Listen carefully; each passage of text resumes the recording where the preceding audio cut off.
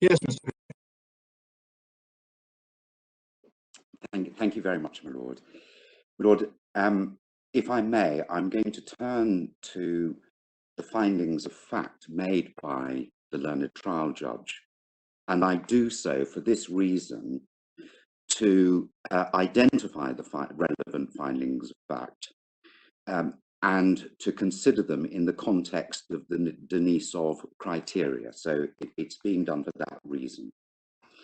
The trial judge's reasons, I won't go through them all, but for the record, in the bundle between 154 and pages 154 to 243, there is one point to make at the outset.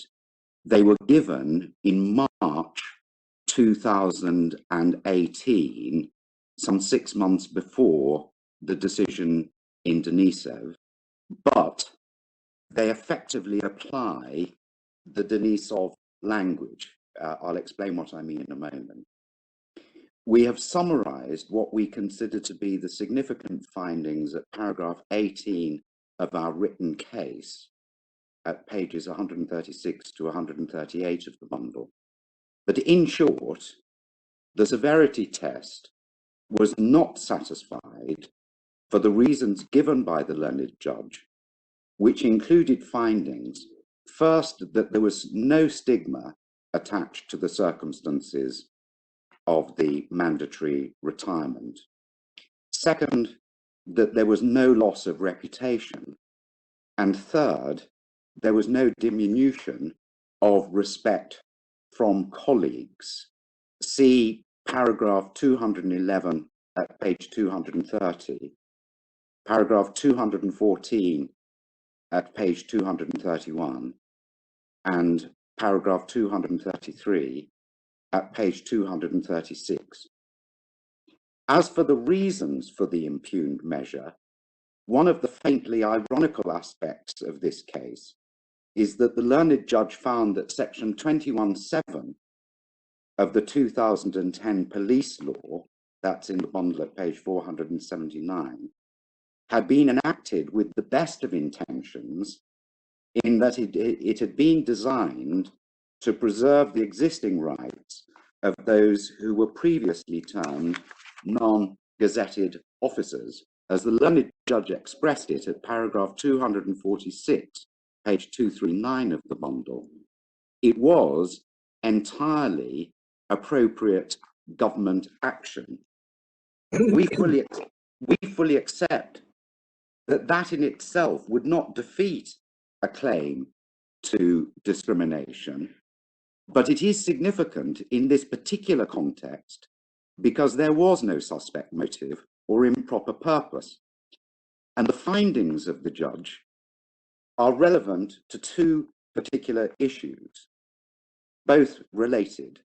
First, to the question, the Denisov question of ambit, whether Article 8 has any application at all. And second, to the link question of whether this case is properly to be characterized as one involving a breach of a fundamental right or a constitutional violation. To use the language of some of the cases which are included in the bundle, is there something about this case that gives it moment, that makes it not peripheral to the issues of Article 8, such that it can properly be elevated to a breach of a fundamental right or a constitutional violation? And we respectfully submit that the answer to that is no. In relation to the applicability of Article 8, we say the findings of fact are conclusive of the issue. They also determine the Article 14 point, which collapses into the issue. And this is a matter of some vital importance in the employment-related context, for reasons I made reference earlier, that it is not or should not be necessary for the contracting states to be required to embark upon a process of justification in every single case in which it is alleged there has been a dismissal from public office and the potential impact in other cases, which I'll come on to. And it is important that the courts move to the stage of examining objective justification in situations only where that is properly regarded to be the decisive issue. We submit that in answer to the question posed by my Lord Stevens to my learned friend in argument this morning, there is no case in Strasbourg in which it has been found that age in itself is to be regarded as a suspect characteristic. And the most recent consideration of the suspect grounds in this jurisdiction, for example, see the analysis of Lord Justice Leggett in the C case, which I know the board will be familiar with. It's in the bundle at page 1444, and it's at paragraph 91, where Lord Justice Leggett discusses the suspect grounds recognised by the European Court and does not include age as one of them. And we respectfully submit that the reason why the suspect categories are suspect is because they signify a profound disrespect for an individual and undermine dignity and self-esteem in a significant and harmful way, which are the core values protected by Article 8. That is simply not the position in this case. May I make an additional observation on the finding of facts made by the learned judge, and it concerns her approach, bearing in mind that this case was decided before Denisov was handed down. Although she handed down her decision in March 2018, her approach to the evidence and fact-finding is entirely consistent with what was said by the Grand Chamber in Denisov. See paragraphs 116 and 117 of the Denisov decision, which are in the bundles at page 746 to 747. May I just take a moment just to look at those two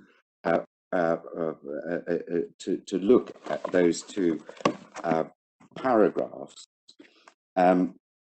because there are three short points that emerge from paragraphs 116 and 117, and the judge clearly approached the matter in a way which would now conform to what is expected in relation to these criteria. And the board will see that paragraphs 116 and 117 appear under the rubric of part 5 of the court's reasoning under the heading conclusions, the scope of Article 8 in employment-related disputes. And then 116, the threshold of severity assumes crucial importance, and it is for the applicant to show convincingly what was attained in his or her case. The applicant has to present evidence substantiating consequences of the impugned measure, and the court will only accept Article 8 is applicable where these consequences are very serious and affect his or her private life to a very significant degree. And then the assessment of the seriousness involves not a pure subjective analysis. It's a comparison, first of all, of the applicant's life both before and after the impugned measure, coupled with an assessment of the applicant's subjective perceptions against the background of the objective circumstances, which is effectively what the learned judge did in this particular case. It wasn't just a case of accepting the particular the appellant's subjective assessment. May I just pause to make one observation just for the board's note? These paragraphs here, 116 and 117, call into question the earlier decision of the court in Volkov, the other judge case, because in Volkov, there was an assumption of harm. That is why, in his dissenting opinion, in the Ukrainian case, the later case, the president's dissenting opinion, which I'll come on to, that is why he said implicitly Volkov had been overruled. This is an illustration, these two paragraphs here are an illustration of the intention to adopt a much more rigorous, strict approach to the application of Article 8. And the language of the court is quite striking to show convincingly the applicant has to present evidence. There are no assumptions at stake here, and it is not simply the subjective perceptions of the applicant. So we submit demonstrates that the learned judge's findings of fact were entirely consistent with what would today be the approach on the basis of the Strasbourg authorities. And with that, by way of introduction to the facts, may I turn to our submissions in relation to the Strasbourg case law. And what I intend to do in this section of my submission is to explain the background to the Denisov case. And I'm just going to make some general points by way of background first of all. Prior to the decision in Denisov, the first point we wish to make is this. Prior to the decision in Denisov, there was no clear-cut distinction between the reasons-based approach and the consequences-based approach. No clear-cut distinction. And some cases might have been interpreted as blending both, but we'll see how the court ultimately characterized them in a moment. The second general point is there was a difference of opinion in the authorities as to whether Article 8 applied at all, and if it did apply, at what point the court should consider the issue of justification. This is an important point when we come to consider the context of Denisov, because some of the court's earlier authorities had looked at the application of Article 8 at the point of justification. The third general point we make is that difficulties had clearly arisen in the employment-related context, because while Article 8 provides no general right to employment, nor access to the civil service or a particular profession, the notion of private life as a broad concept did not exclude, in principle, activities of a professional or business nature. And so far as Strasbourg had been concerned, that had been the position since at least 1992, with the landmark decision in Niemitz in Germany, the search warrant on the lawyer's office engaged Article 8, even though it was a search warrant at his particular address, business address. So Denisov was intended to resolve these uncertainties while recognizing that professional life, as the authorities put it, is part of the zone of interaction between one person and another, which even in a public context may, under certain circumstances, fall within the scope of private life. The court is very, it expresses itself in contingent terms, even in a public context may fall within the scope of private life. See, for example, for what Denisov was directed at paragraph 100 of the decision at page 742. I won't turn to it. So Denisov then did three things. as I've mentioned already, it emphasized the severity test. That was the first thing. Second, it did not assume that an unjustified dismissal must have caused serious harm to private life, as had been assumed, for example, in the Volkov case, as I've mentioned. See the Volkov case, page 1825 of the bundle at paragraph 166 for the language of assumptions. And third, and this was the important point, it did not confine its consideration of seriousness to the proportionality stage. It brought the analysis forward to the admissibility stage in order to determine whether the subject matter fell within the scope of Article 8 at all. That is why, ultimately, these cases, Denisov and the subsequent case of JB, were decided under Article 35 of the Convention as admissibility questions. There was simply no issue for the court to consider. In order to explain the decision and understand why it was decided in the way that it was, it may be helpful to the board to consider some of the early authorities in chronological order, which make the position absolutely clear. The starting point is that some of the authorities in this area are relatively straightforward, inasmuch as they involve a direct interference with the applicant's respect for private life. A good example is, as my learned friend has illustrated, Smith and Grady and the United Kingdom discharge from the armed forces on the sole ground of homosexuality. That manifested disrespect for the individuals and was likely to undermine their self-esteem. It was stereotypical labeling of a pernicious type that had a serious impact on the applicant.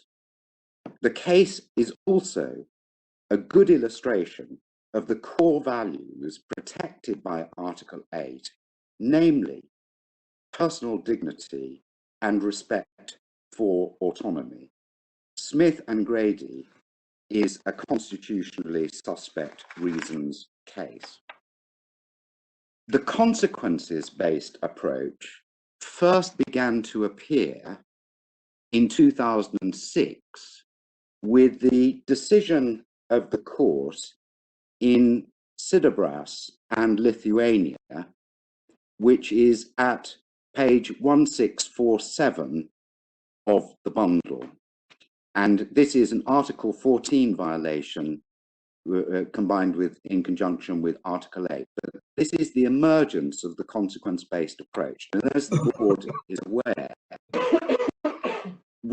Sidabras is an exclusion from the jobs market type of case. That's how we would characterize it. So if you're trying to characterize it as an exclusion from the jobs market type of case, it was cited in Denisov as an example of the consequences-based approach, involving, as it did, a far-reaching ban on taking up private sector employment. And for the cross-reference to Denisov, that's paragraph 108 of Denisov at page 744.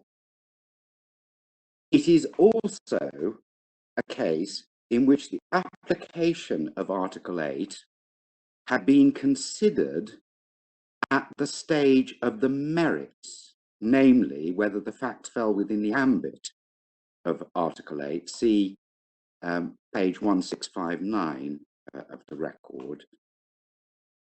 The applicants, who were former KGB officers who had moved to work in other public sector roles following independence in Lithuania, were dismissed from their jobs in accordance with a recently enacted law that prohibited the employment of former KGB officers in the public sector.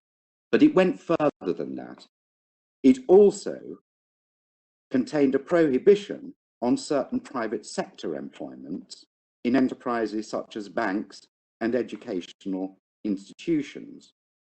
The court found that preventing the applicants from obtaining a wide and indeterminate range of private sector jobs fell within the ambit of Article 8 and pursued a legitimate aim, namely national security, but disproportionately discriminated against former KGB officers.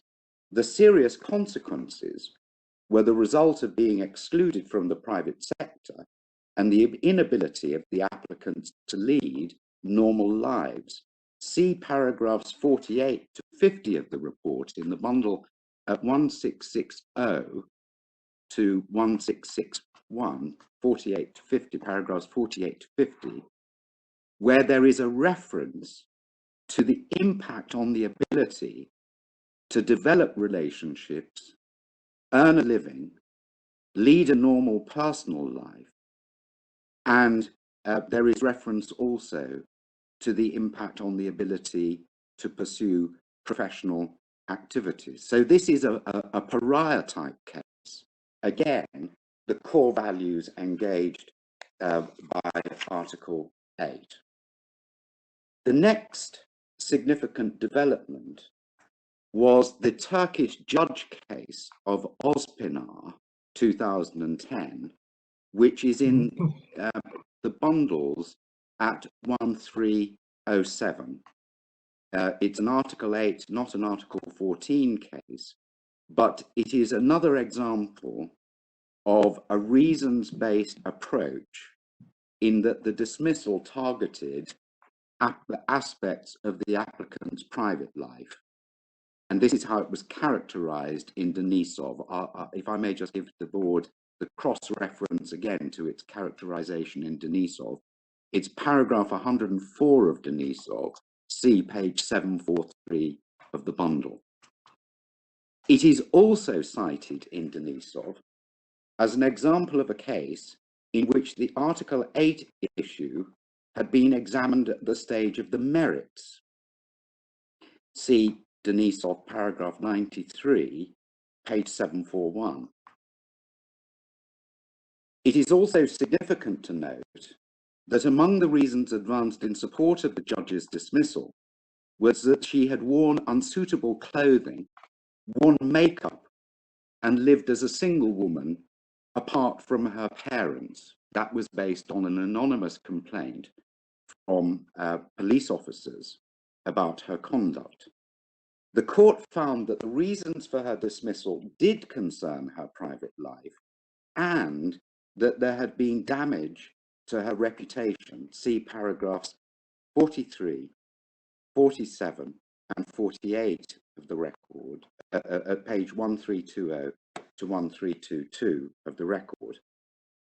The decision to dismiss the judge was found to be disproportionate because it was arbitrary, and the applicant did not have access to an impartial and independent body capable of ruling on the disputed issues of fact and law, and the dismissal had a serious impact on her career and future, especially as she'd lost the ability to work in any legal profession. The next significant development is the Volkov case, to which I've already made reference, which is 2012. Again, a case involving the dismissal of a judge on the grounds of alleged violation of professional duties and a breach of a judicial oath. It was cited in Denisov as an example of the consequences-based approach. See paragraph 108 of Denisov at page 744. The court found violations of Article 6 and Article 8. Article 6 on the mechanism for the dismissal was unfair. And on the Article 8 issue, it was found that the dismissal affected a range of the judge's relationships with other persons, including relationships of a professional nature. The Article 8 analysis is at page 1825 of the bundles. See paragraphs 160 to 167 on interference, and then there is a lengthy discussion of justification at 168 to 186. Our submission in relation to Volkov is that the Article 8 point would not be decided in the same way today. this would not be decided in the same way, or based on how the court addressed the issues. It's not essential to our case to make good that submission, but we make it for your lordships and your ladyships' consideration. Following Volkov, the next milestone is IB and Greece, which is page 875 of the bundle, 2013, a dismissal from the applicant's job with a jewellery manufacturing company when his colleagues learned that he was HIV positive.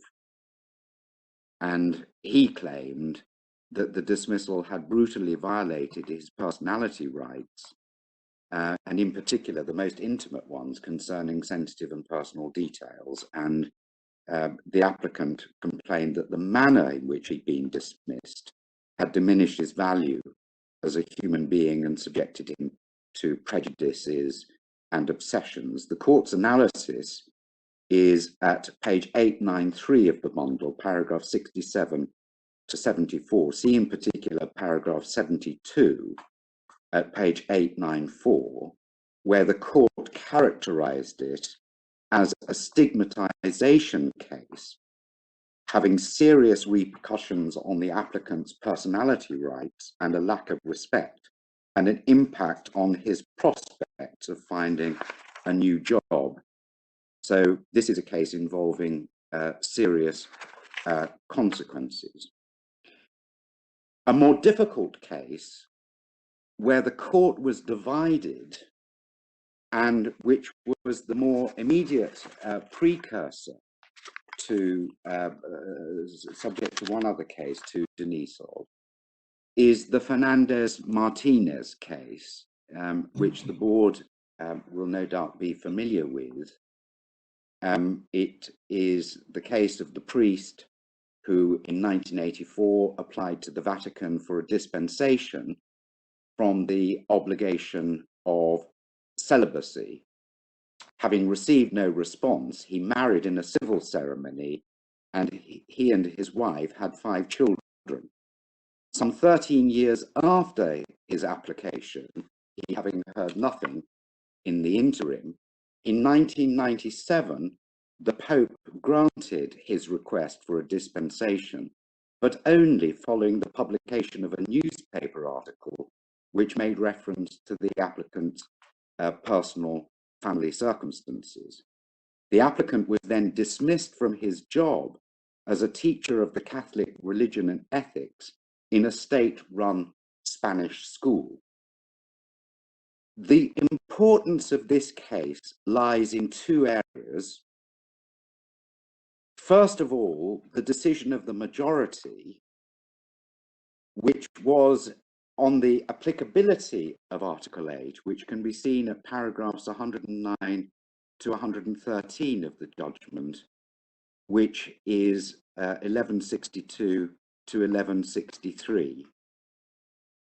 In summary, if I may just try to encapsulate what the majority did, what the majority did was to say that Article 8 was applicable as a result of the consequences of the non-renewal of his contract, and his chances of carrying on his specific professional activities were seriously affected on account of events, mainly relating to personal choices he'd made in the context of his private and family life. See paragraph 113 at page 1163.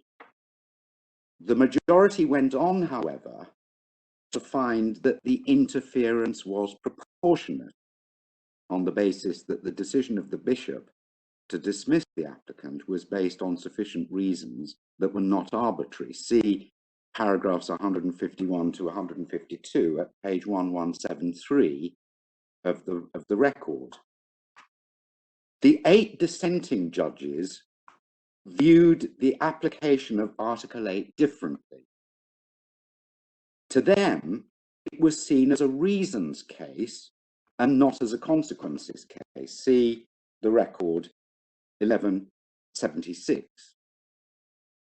This had implications to the proportionality analysis because the dissenting judgment said it wasn't an employment rights case at all. It was about the way the applicant wanted to live his life. He wanted to marry and found a family. It wasn't to do with his job.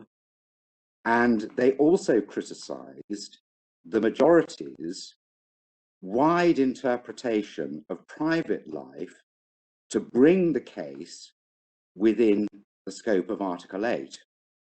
So this was a fundamental doctrinal difference between the majority and the dissenting judges. And it is this that forms an important backdrop to the Denisov case. The minority looked at consequences when they analysed proportionality, and they found the impugned measure disproportionate. In Denisov, the Grand Chamber said that Fernandez-Martinez was an example of where the court had considered whether a private life issue had been raised and assessed it at the stage of admissibility rather than at the merits stage.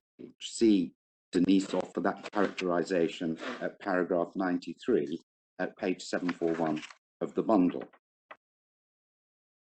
The one remaining case before I turn to Denisov is the Boyraz and Turkey case, cited by my learned friend, and also it features in the Court of Appeal decision under appeal.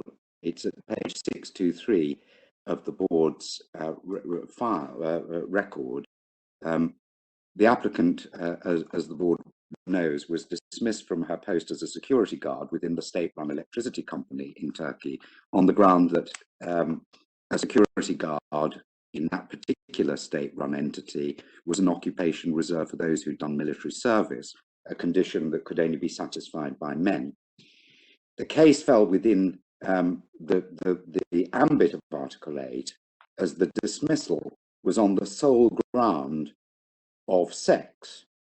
And this suspect reason, combined with the serious adverse consequences, brought the case within the ambit of Article 8. In Denisov, it was stated that the reasons consequences dichotomy does not preclude cases in which the court may find it appropriate to employ both approaches. And they cited this case as an example, paragraph, and also Fernandez-Martinez, paragraph 109 of Denisov, page 744 to 745. But in the Boyraz case, our submission is that the adverse effects were on the applicant's identity, self-perception, and self-respect. The dismissal did have a pernicious impact on her inner circle. There were tangible consequences for her material well-being and sense of self-worth, as well as the ability to practice her profession, as well as distress and anxiety, all of which impacted on relationships. So see the analysis at paragraph 44 of the decision at 634. We then come to Denisov, where against this developing case law and against the difficulties of whether the scope of Article 8 was to be applied at the admissibility stage or at the justifications case, the Grand Chamber came to consider another case arising from the dismissal of a judge. In this case, dismissal from his position as President of the Court of Appeal on account of alleged significant shortcomings and serious administrative failings. The applicant succeeded in his complaint under Article 6 on the basis there was no opportunity to challenge his removal before an independent and impartial tribunal. The Article 6 issue is at paragraphs 44 to 82. But significantly, the court rejected the complaint under Article 8. And it did so on grounds that the subject matter did not fall within the scope of the convention. So it was rejecting the case, not on the basis of any analysis, but that it simply didn't fall within the scope of a complaint within the meaning of Article 35. And in doing so, the Grand Chamber approved and explained the reasons and consequences based approaches, but made it clear that Article 8 would only come into play where the impugned measure was serious and had a serious impact on the applicant's private life. That can be seen, if I may just go to at page 740, that can be seen that the court is emphasising at 740 at the very outset of its analysis of its assessment that there must be a serious impact once a measure is found to have seriously affected the applicant's private life. So, and then we'll come on to see what the court had to say, what it meant by private life in a moment. But the analysis is then set out at paragraphs 102 to 109, where perhaps I ought to just to put it in context. Paragraph 93 is where the court is addressing the difference of opinion, the doctrinal difference as to the point at which you consider the Article 8 issue. So there it is, 93, either the stage of admissibility or the stage of the merits, and they identify the cases. And at 94, the court therefore has to examine whether Article 8 is applicable and whether it has jurisdiction ratione materiae to examine the relevant complaint on the merits. So it's looking to see whether Article 8 is applicable at all, and it plumps for the admissibility stage test rather than the stage of the merits, for obvious important reasons in this context.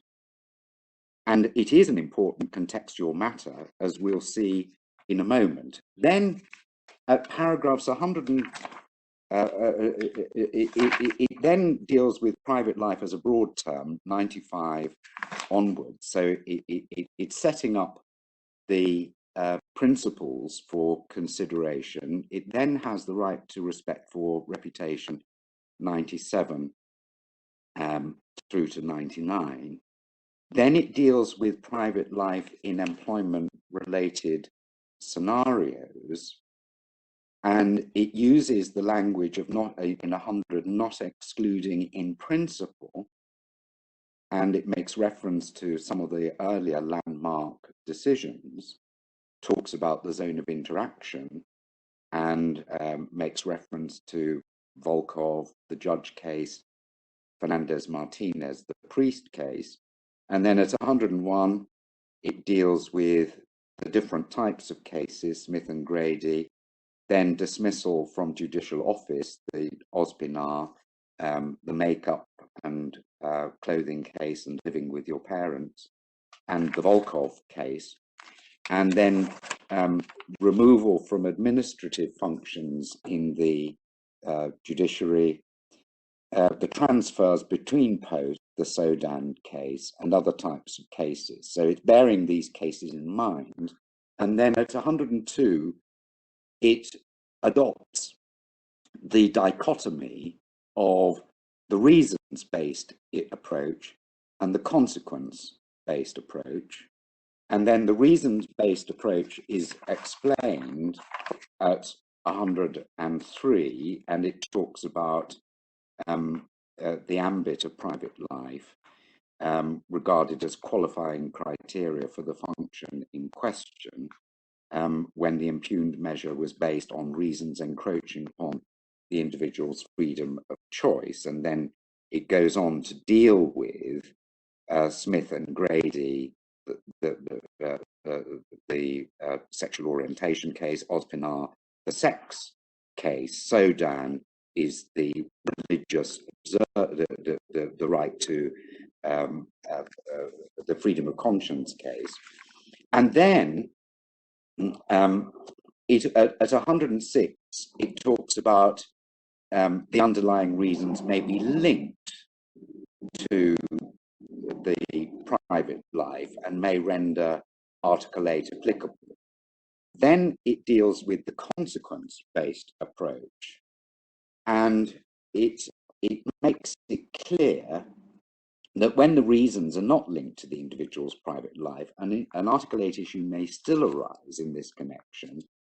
And then it talks about what the court has taken into account. So there are the three possible impacts: the impact on the inner circle, the impact on the opportunity to establish and develop relationships, and the impact on the individual's reputation.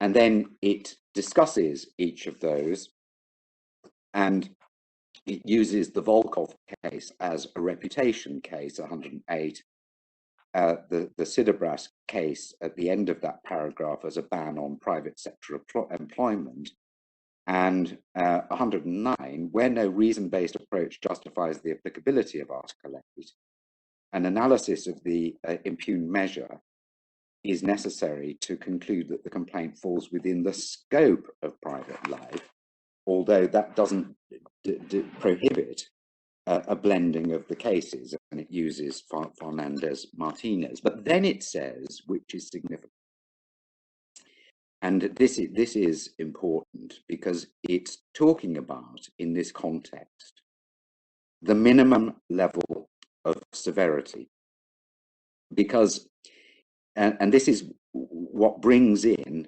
Article 35(3)(b), the admissibility criteria. In cases where the court employs the consequences-based approach, an analysis of the seriousness of the impugned measure's effect occupies an important place. And then it talks about the context in which the court has applied a seriousness threshold. So notably, 35(3)(b. May I just pause there? 35(3)(b) is one of the articles of the convention, which of course is used by the court to regulate its enormous caseload. So one of the significant points that the court is making is that these cases cannot even come here ratione material.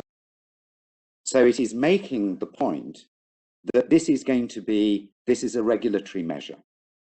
It also goes on to talk about the seriousness threshold in cases concerning Article 3, and also in paragraph 111, the well-known threshold in environmental cases, and 112, the threshold in cases involving reputation.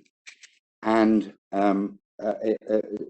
similar themes appear in 113 and 114, where there is reference again to convincing evidence at 114, showing that the threshold of severity was attained.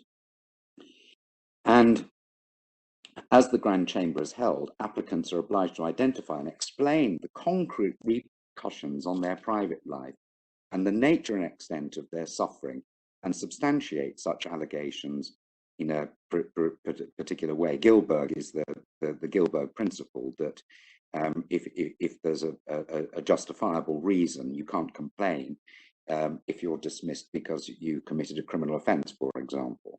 But then 115 is important because these are the conclusions. And the importance of this is to see what the court, the Grand Chamber, is doing to limit the scope of Article 8 in this particular context, because this is the point. The scope of Article 8 in employment-related disputes, that is the heading of this particular section. It begins by saying not excluded per se, not saying never, then some typical aspects of private life which may be affected in such disputes: dismissal, demotion, non-admission to a profession, or other similarly unfavourable measures. These aspects include the applicant's inner circle, the applicant's opportunity to establish and develop relationships with others, and the applicant's social and professional reputation. So these are the matters that you would be looking at, because these are going to impact upon the core values recognised by Article 8. And then it says the two ways in which the private life issue may arise is on the basis of the reasons or the consequences. But the significant point is it is making it clear you must bring your case on a core values basis, is what is being decided. And that is why the court is bringing to, it is rationalizing the earlier authorities and making the access to the court on such an employment related to complaint more stringent and subject to the court's control. And that is also explains why there's a discussion of the application of the principles to this case at paragraphs 118 to 134, and the important point is 134. I know the board will read this again in light of the parties' submissions, but we say the significant point is really this. At 134, the Grand Chamber is concluding that neither the reasons for the applicant's dismissal nor the consequences affected his private life within the meaning of Article 8, and within the meaning of Article 8 is within the meaning that we've just looked at, and the court finds that this article is not applicable and it must be dismissed as incompatible ratione materiae, and it's not necessary to rule on the government's second objection. And the court's conclusions are at 754. So that was the decision in Denisov, and as I mentioned before the lunch, it's been. Well, Steve has a question for you. Oh, I'm sorry, my lord. Sorry. I just wonder why they didn't simply say that the reasons-based approach was restricted to suspect grounds, because that's your argument. It is restricted to suspect grounds. Where does it say that in the judgment? Well, but Lord, it doesn't say that, but we'll see from the next two cases what they do say in relation to age, for example, because I mean, one of the backdrops to Denisov was that and the other case of Volkov, the judges and in JB were coming towards the end of their careers. It's most. I hope I can illustrate it, my lord, when we come on to look at JB and also the other case. But Lord, what we would submit is when they're discussing these earlier cases, the cases to which I made reference, they're all suspect ground cases. And the point I'm making, I suppose it's, my reasons are these.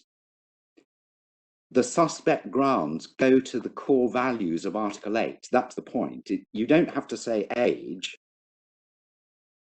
They don't have to say expressly age is not a suspect ground. You just have to say, are you within, on the facts of this particular case, the core values? You may be in an age case, as Lord Walker made clear in the Carson case with the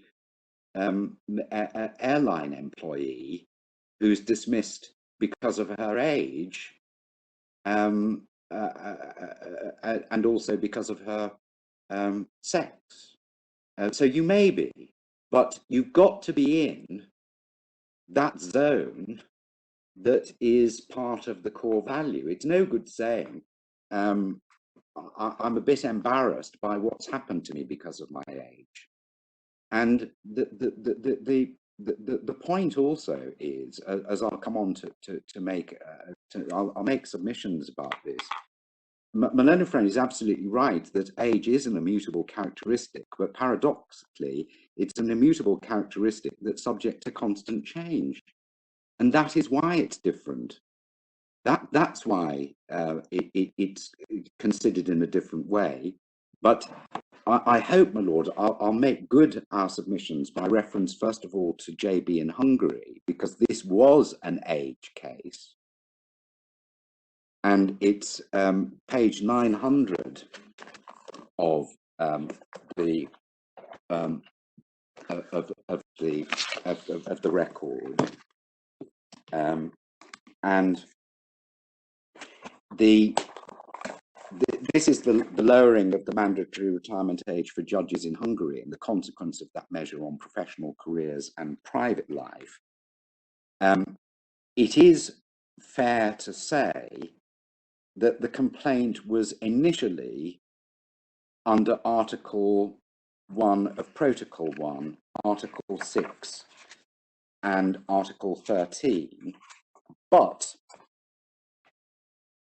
it was the court that decided to communicate the application to the respondent government under Article 8. See paragraph 46 of the report at page 917 of the record. All the complaints were declared inadmissible.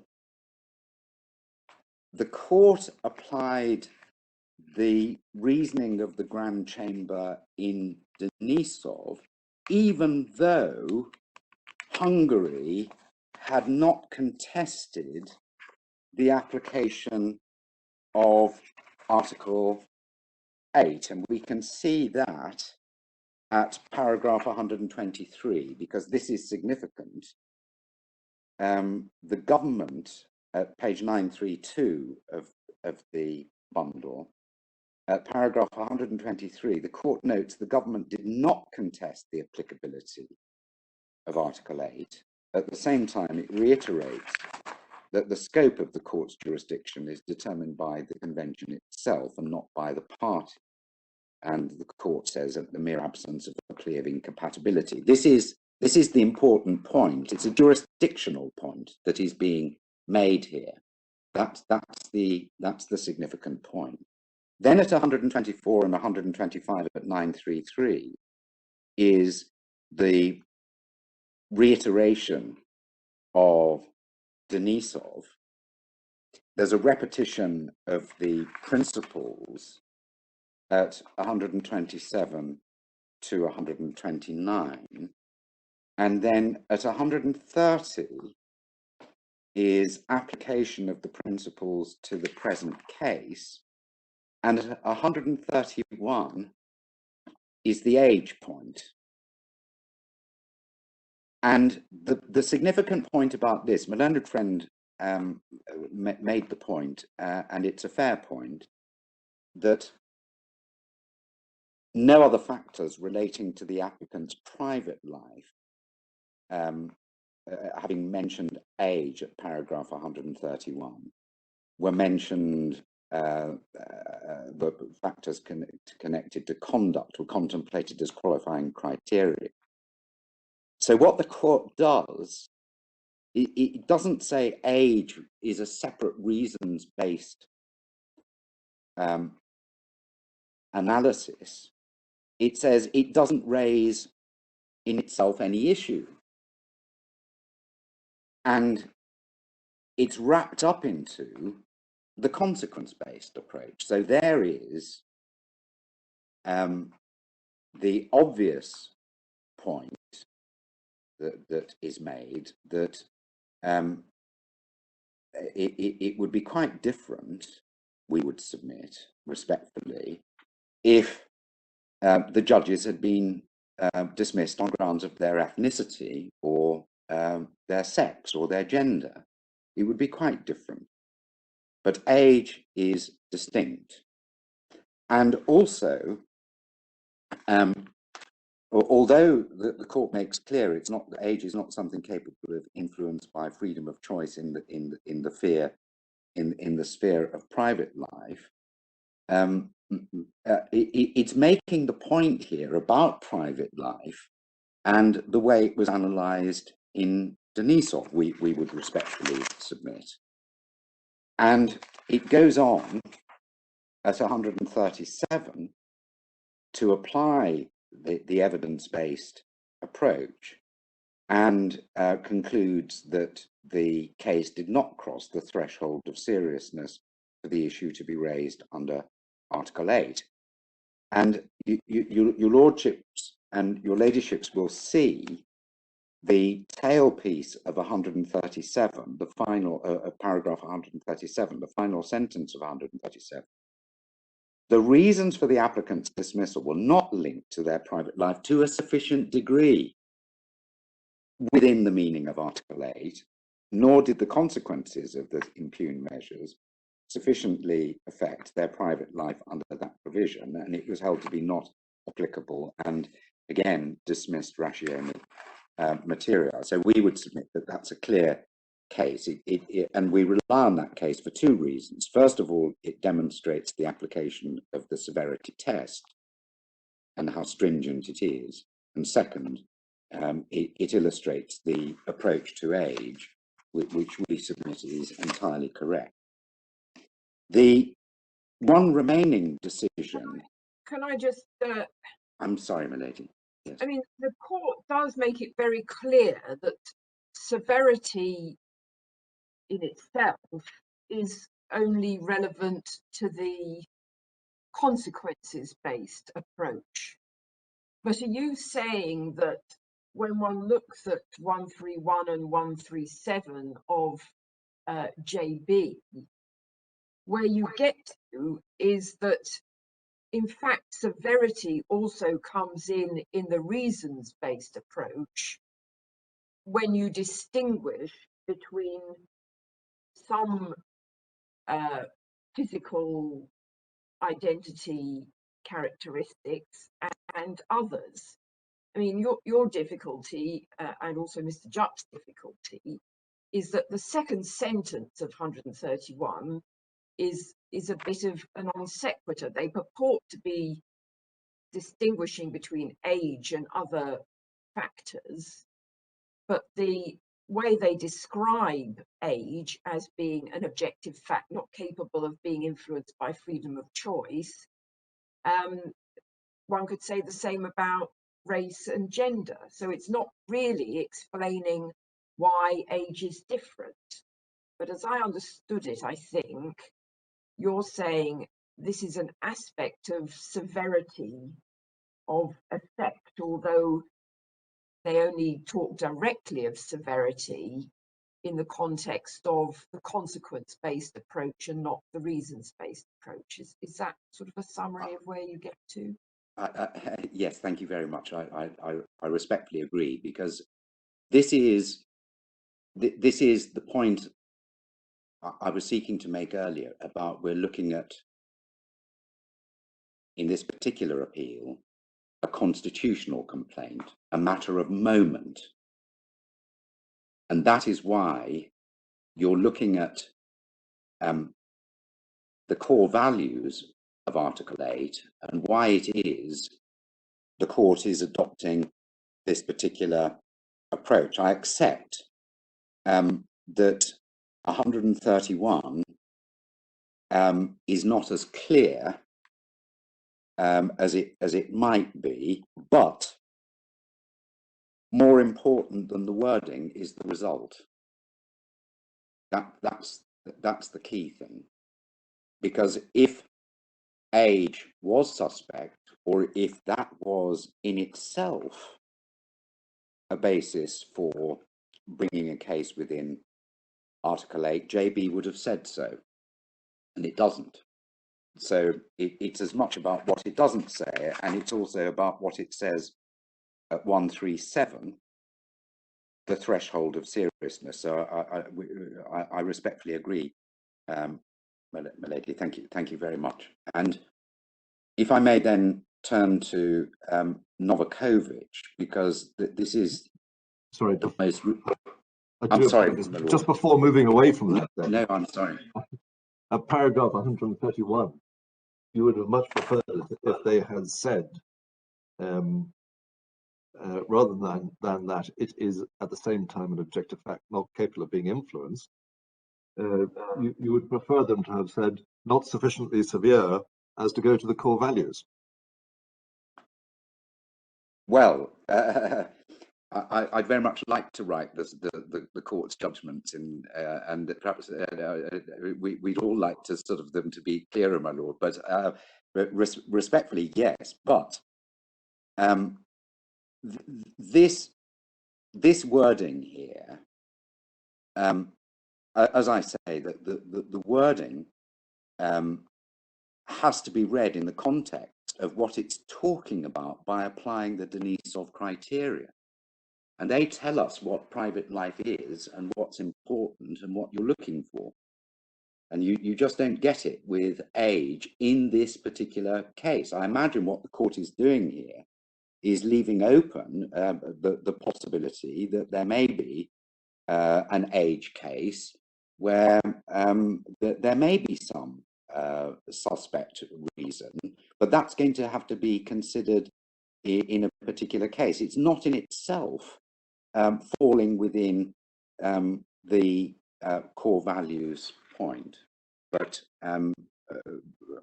all we have to do, I'd respectfully submit, in this particular appeal, is point to the conclusion in these two cases, recent decisions, and if you apply them to this appeal, then the Court of Appeal decision is correct. We would respectfully submit.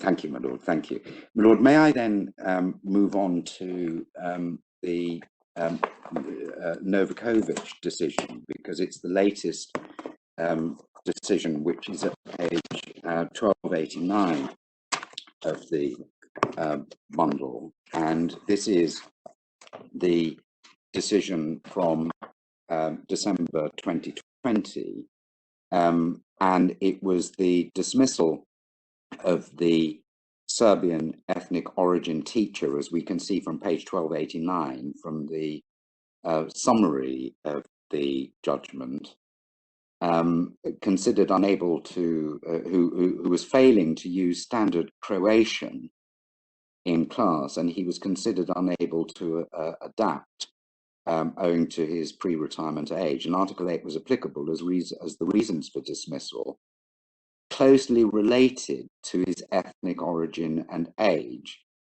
And we'll see the significance of ethnic origin, because the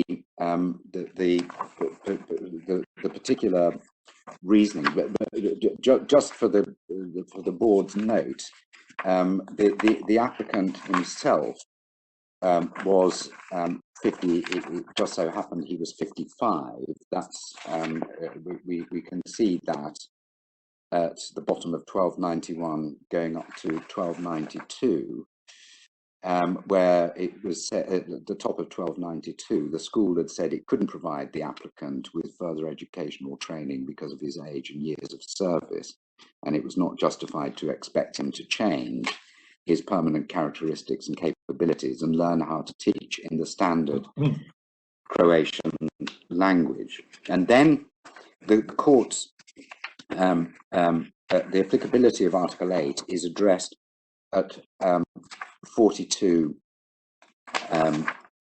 to 44, and we get the usual concept of private life is a broad term at 42. Then we have Denisov at 43, and then 44 is the question of applicability. Then the application to the present case, and it fell to be determined at 45 at the admissibility stage. So that's the Denisov approach. Then it refers to JB and Hungary at 47. And at 48, there's the combined approach, which is ethnic identity, which it refers to, it makes reference to paragraph 28 above, where it talks about national minorities to maintain and develop their culture. And that's an essential aspect of an individual's private life. And then it goes on to deal with age. And then it says it attached importance to the nature of the applicant's dismissal, the so-called dismissal for personal reasons, which it had referred to. And 49 is important because it says the crucial reason for the applicant's dismissal, the language he used in instructing students, was a factor so closely related to his Serbian ethnic origin, and that the perception he could no longer change this feature was directly linked to his age, that it was sufficiently linked to his private life. And it purports to make reference to Denisov and paragraph 131 of JB, thus justifying the applicability of Article 8. And it goes on to find that there was a violation. But the court will see, for example, at paragraph 69, again, important contextual aspects to the judgment at 1301, the particular specific post-war context of the Eastern Slavonia region at the material time. And that's part of the court's reasoning in relation to pressing social need and proportionality. But the backdrop against which this case was decided was the incredibly sensitive issues in this particular part of the world involving ethnicity and cultural values. However, it is significant to see what the Polish judge had to say. I've already referred to this, and I don't need to labour the point, but I know the court will read it in due course. But the Judge Wojciech dissents. He says that this is not a faithful or loyal application of Denisov for the reasons that he sets out. And I know the board will read it. But so that is the summary of the Strasbourg case law. We say that the three key points are: first, the applicability of Article 8 is now determined in this context, that is, the employment-related context, by a severity test. Second, Denisov has emphasized the importance of the seriousness of the impugned interference with core values recognized by Article 8. And third, for the reasons I've mentioned in relation to JB and Denisov, age is not a suspect class, and there is no case in which age alone has triggered the applicability of Article 8. And it would be a significant step, we would respectfully submit, for the board to go beyond the Strasbourg authorities as they stand at the moment. And the Strasbourg authorities, we would respectfully submit, are consistent with the authorities in England and Wales, even though the Vining case was decided in July 2017 before Denisov. It's entirely consistent with the severity approach. I won't take up time referring to it, but Vining is at page 1832, and the Court of Appeal held that the consequences of redundancy did not fall within the scope of Article 8. So that would be consistent with what we say is the correct application of Denisov. See paragraph 51 of Vining at page 1849. And the consequences, sorry, the consequences identified by the Court of Appeal in that case can be seen at paragraph 42. There's a reference back to paragraph 42, but it's at page 1846 of the bundle. But it was the damage wrought on social relationships, particularly after 26 years employment, the tangible consequences on material well-being, distress and anxiety, and the difficulties in obtaining alternative employment at the ages of 53 and 60, respectively. The key point to emerge from Vining, we would respectfully submit, is that there was no particular feature of the case that took the situation out of the general run of redundancies and their consequences. And although the Court of Appeal analysed the case by reference to the core values of Article 8, it would now be necessary to factor in the severity threshold. So we make that submission. May I just make some very brief submissions in relation to what my learned friend has said in relation to age, and in particular, Lord Hoffman in Matadine, and also the decision of the Supreme Court of the United States in the Massachusetts case. And Matadine and the relevant statement of principle is at page 1222 of the bundle, and the decision of the United States Supreme Court is at 1200, with the Supreme Court's explanation for why age is treated differently at page 1201. While my learned friend is entirely correct and right to note that Lord Hoffman made reference to the relaxed rational basis test for judicial review as it applies under the 14th Amendment to the United States Constitution,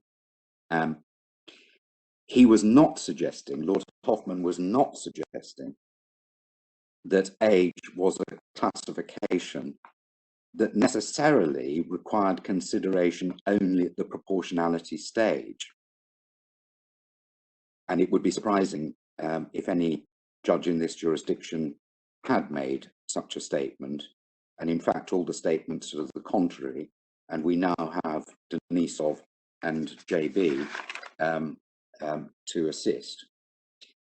We do make the point that age is different for all the reasons set out by the Court of Appeal and in the authorities. Baroness Hale in the Selden case, page 1627, Lord Walker in the Carson case, page 1512, and we've also made reference to what Lord Justice Leggett said in the C case on the suspect grounds, page 1444. May I just say this? May I just make a very short submission on constitutional interpretation, because there are some authorities before the board on the broad and generous approach, the large and liberal, not narrow and technical approach to constitutional interpretation.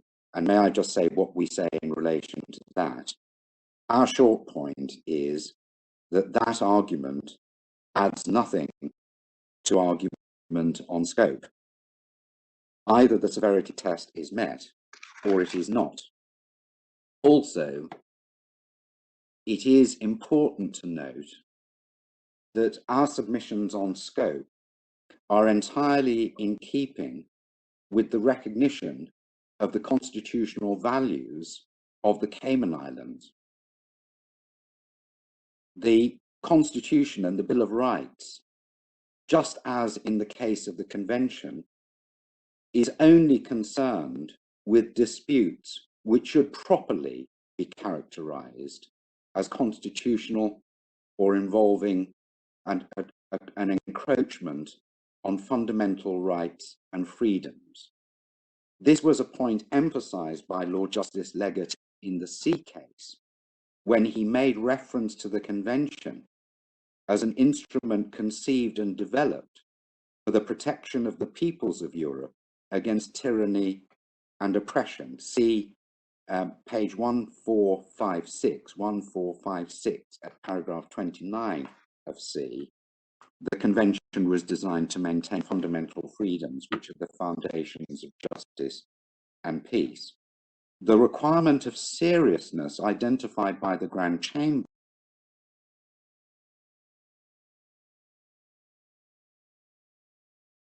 constitutional or involve a breach of... Mr. Perry, we lost you for about 10 seconds. I'm very sorry, my lord. I'm very sorry. You dealt with Lord Leggett in Re C. Yes. And you were talking about the convention being only about fundamental freedoms, and then there was a stoppage. I'm sorry, my lord. I was just saying that it's not your fault. I was just saying the requirement of seriousness serves to confine the scope of Article 8 to cases which are properly to be considered constitutional or which involve a breach of human rights. So it's really a labelling point, a fair labelling point. Would you really say that there has been a constitutional violation? And although my learned friend says, well, it may be much easier to justify a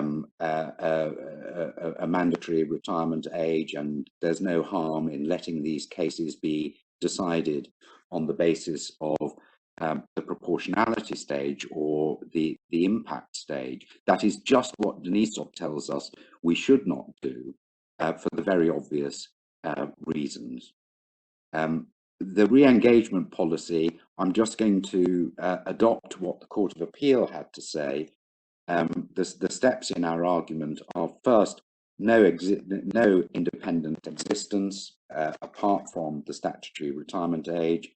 It was second, it was a mitigating measure, and as a mitigating measure, it is not properly to be stigmatized as unfair or irrational.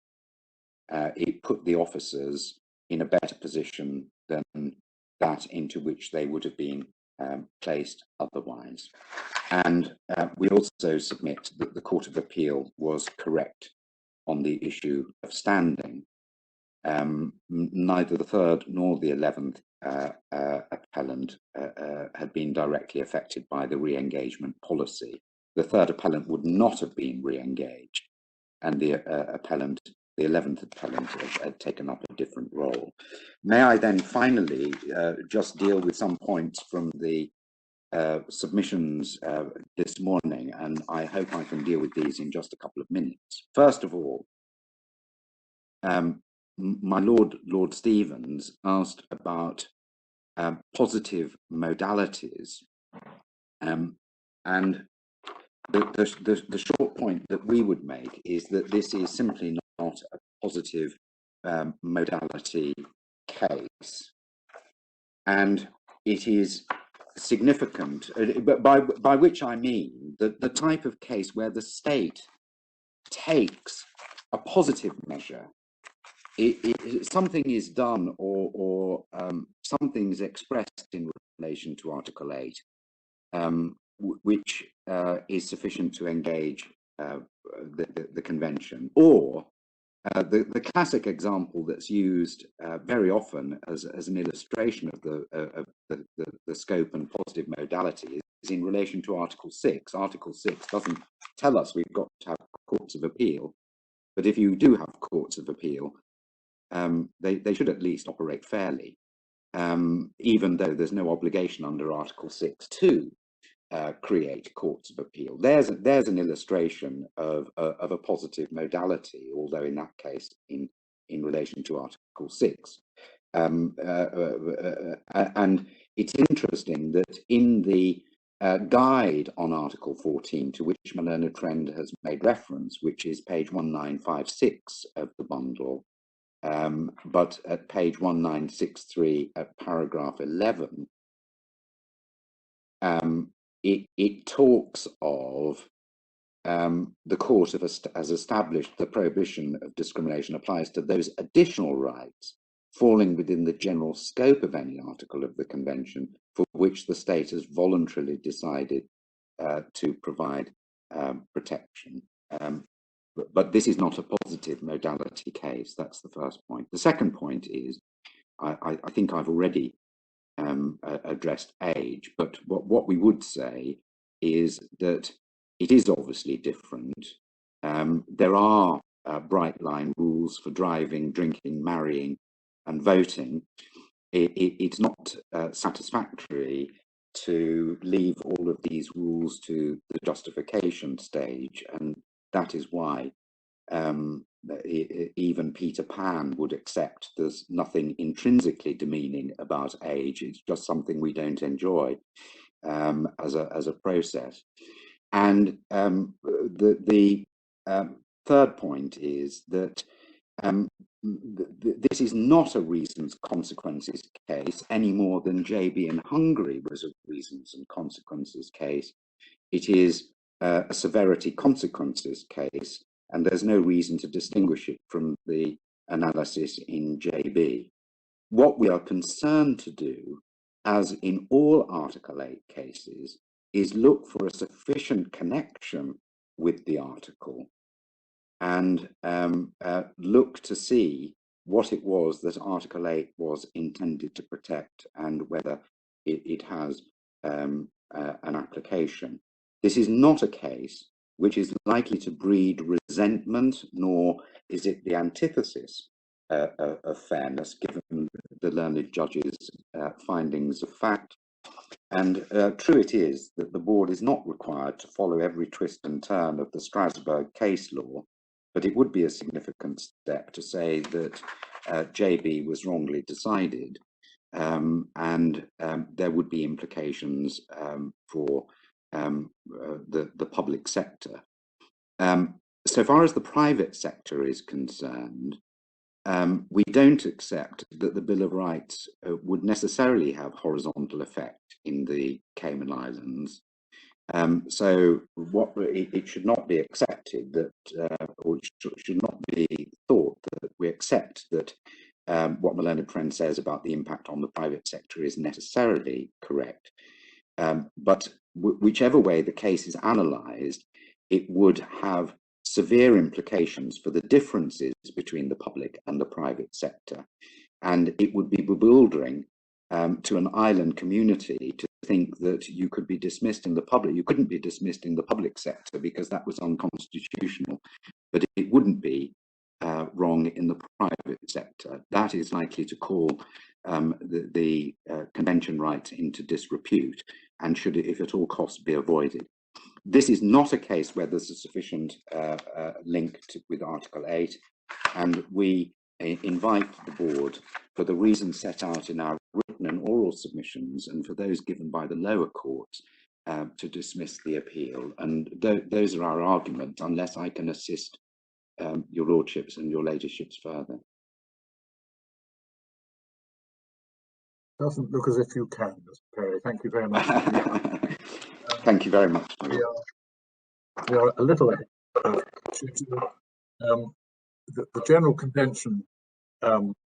Jupp, is that just because your opponent finishes early, it doesn't mean you can add it to the length of your pre-agreed reply. I'm grateful, my lord. I'll be as quick as I can by way of reply. Just picking up a few points. Firstly, my learned friend is right to draw attention in the JB case to the fact that the state accepted that Article 8 was engaged. We say that tells its own story. It's a significant indication that the respondent party to that case thought it was an obvious case for Article 8. Picking up the point my Lord Stevens asked me about in relation to negative interference cases, we say this, that Adami itself is a negative interference case. It's not a positive modality case. So when Sir Nicholas Bratzer is explaining and exploring, as he does, the position in the width of ambit as against scope, he is doing that in the context of a negative interference case. It's worth perhaps tracing that through a bit. There's a case in the bundle, I won't take my lords to it, called Petrovich, 1352, paragraph 28. And in that decision of the Strasbourg court, it was made clear that there's no practical difference between the two approaches. The court has said on many occasions that Article 14 comes into play whenever the subject matter of the disadvantage constitutes one of the modalities of the exercise of the right guaranteed, or the measures complained of are linked to the exercise of a right guaranteed. So, and that point can be traced back, I won't go to it, to the Belgian linguistics case, page 556, in which right at the earliest stages, the Strasbourg court was saying there should be no difference between positive and obligations and negative obligations under the convention. We take issue with my learned friend. Questions of interference or reasons related to immutable characteristics do concern fundamental rights, are more than tenuously connected to the core values. My learned friend referred to C, which is a case on the issue of, in this part of the case, on the issue of status. And I just invite my lords to turn that up to page 1464, because in that case, this section deals with, not with the question of engagement of Article 8, but the question of how you deal with status from paragraph 60 in the context of Article 14. And I draw your attention to particularly to paragraph 66, where there's reference to RJM and Lord Walker's, that is not in the bundle, but Lord Walker's description, which you might find useful, of the grounds that are covered in Article 14 and Section 16 as falling within a series of concentric circles, with those characteristics which are innate or most closely connected with an individual's personality at the core. He gave examples of gender, sexual orientation, pigmentation of the skin, and congenital disability. And then a wider circle would include characteristics such as nationality, language, religion, and politics.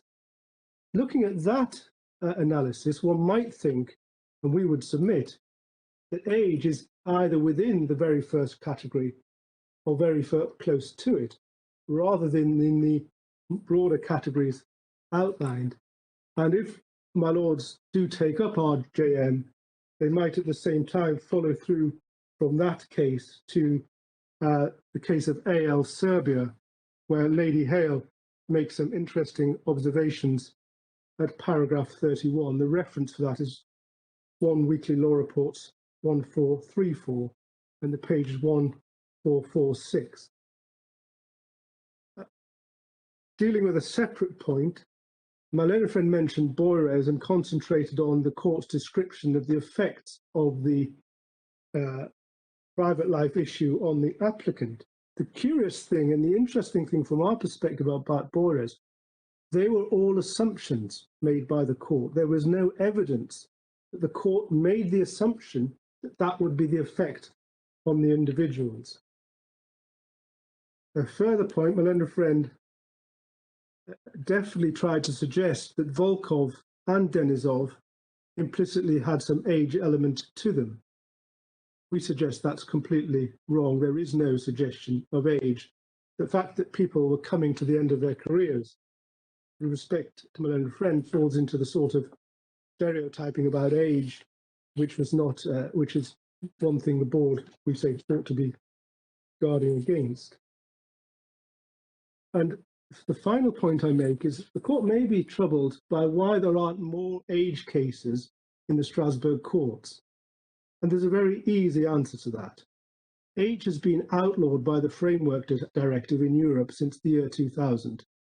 So for the last 21 years, anybody who has a retirement age discrimination case or any age discrimination case who is in employment or an office holder or a worker in that very broad definition brings their case in the European Court of Justice, not in the Strasbourg courts. That is why there are very few cases of age in the Strasbourg courts. As I made the point earlier, we don't have that facility in the Cayman Islands. And I finished my reply by saying this, that we heard a lot from my own friend about Denisov and scope, and we remind the board of our primary submission on that point, which is that scope is narrower than ambit, and there is no warrant, we say, for treating age any differently than other protective characteristics. And moreover, there is no warrant in the authorities for introducing severity of consequences into the reasons-based approach. Those are my submissions, unless I can be assistant to the board. Thank you very much, Mr. Chair. Well, we're grateful to both counsel and indeed their teams, who are no doubt just outside our pictures, for the hard work that's gone into the preparation of both the written and oral submissions in this case.